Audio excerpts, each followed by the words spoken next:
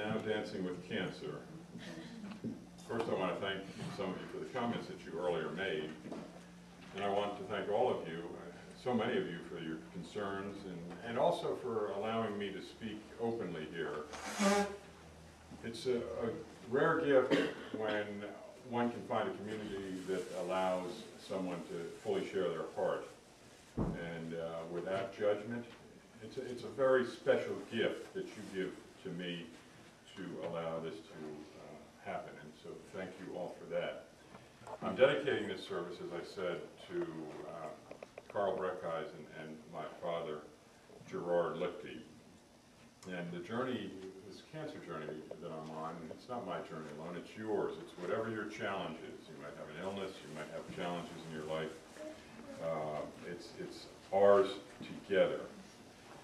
I wanted to mention that since I learned I had cancer around 18 months ago, I did take the opportunity to get a PhD. I don't know whether any of you knew that or not. A patient hasn't died yet. You can laugh. This is not a serious sermon.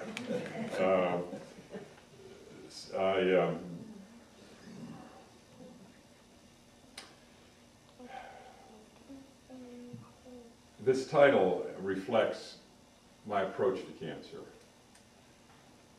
Cancer for me is not a battle, it's not a fight. The cancer is too clever to fight. It's a dance, and that's the only thing you can do with cancer. You can't really fight it. And so that's why I've chosen this path, because it's not in my nature to fight. It's not in my nature to do battle. Last year I described my route, and my route for healing is nutrition. I'm trying to alkalize my body and build my immune system. And when I started this process 18 months ago, there was something called watchful waiting. And that was a process where you just sort of, because prostate cancer is slow growing, you sort of sit there and watch it grow. That didn't make me feel real comfortable. As time evolved, even in the past 18 months, there's a process that developed called active surveillance. And active surveillance calls for minimum intervention, minimum medical intervention, and maximum surveillance. But that really doesn't capture what I'm doing either. My method is what I call nutritional intervention. And as you know, and have heard before, I'm sure, that Hippocrates said that food is our medicine and medicine is our food. But I haven't found a whole lot of doctors that support that. In fact, I've had any number of doctors that have advised me, every doctor that I have gone to, formally and informally, has advised me about getting medical intervention. And it's difficult. It's difficult to stay the course. You know, I get as an example, I get an email from my internist. He says, "Wake up, Mark. Wake up. Get something done for your prostate cancer." And then I sort of read the email and I said, "What am I, nuts? Why am I doing this thing? You know, this guy knows that he went to medical school. I didn't go to medical school." Too, I remember last year, well, it was over a year ago, when I did a similar talk on this. I had a little section right over here on the left side, if you all remember, that were sort of thinking I should get some medical intervention too. And I want to tell that section, whoever was in that section over there, that I indeed did go to Sloan Kettering, and indeed they did say that I should have it cut out. And I wasn't comfortable with that. And you know, and part of it for me is, if I cut the cancer out, am I cutting out the opportunity to learn from the cancer? The cancer has something to teach me. It's got something to teach me, and if I cut it out, do I cut out the opportunity to learn from it? I also admit that I have a healthy distrust of the medical pharmaceutical system. I want to explain my distrust. First, I watched my father die of prostate cancer.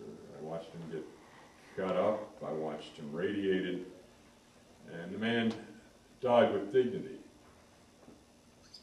despite all of that.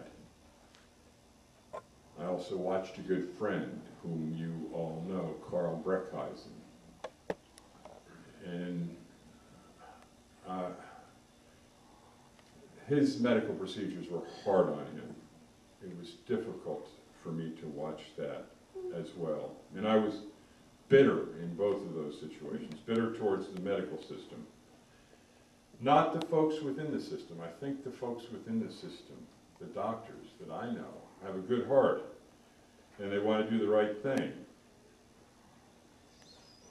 And now I'm blessed with prostate cancer.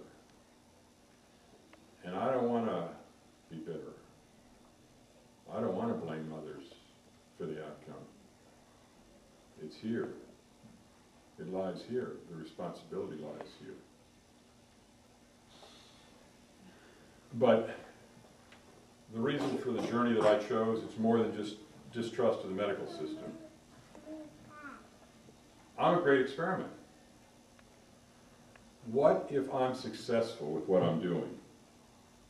No longer will men have to weigh the risk of incontinence and erectile dysfunction and all of this other stuff that goes on. I go to an US2 support group. You have no idea how many guys go to that support group and say, what am I going to do about my erectile dysfunction? It's sad. And even beyond that, you know, if we can do something that's with nutrition that's more foundational about restoring the system and the health of the system, we'll be saving millions of dollars on our already inflated medical system. Even beyond this, further reasons why I'm doing what I'm doing. Dancing with Cancer forces discipline in me. I try very hard not to allow negative thoughts to enter into my mind. I think the cancer likes negative thoughts. It thrives on negative thoughts. And what do negative thoughts do to us? They produce stress. What's stress do to us? Stress releases cortisol. That's bad stuff. So the more that we can find ways in our lives to keep that stress level down, the healthier we'll be. And, you know, this was all confirmed for me in a way with Emoto's photographs of ice crystals. This was an incredibly dramatic experiment. Emoto photographed the water that was turned into ice crystals that had been shown compassion, been shown prayer. And the ice crystals were perfectly formed. The ones where there were negative thoughts, they were deformed. I'm 70% water. We're all 70% water. So if the work of Emoto is valid, then when we have these negative thoughts creeping into our head, what are we doing for the system?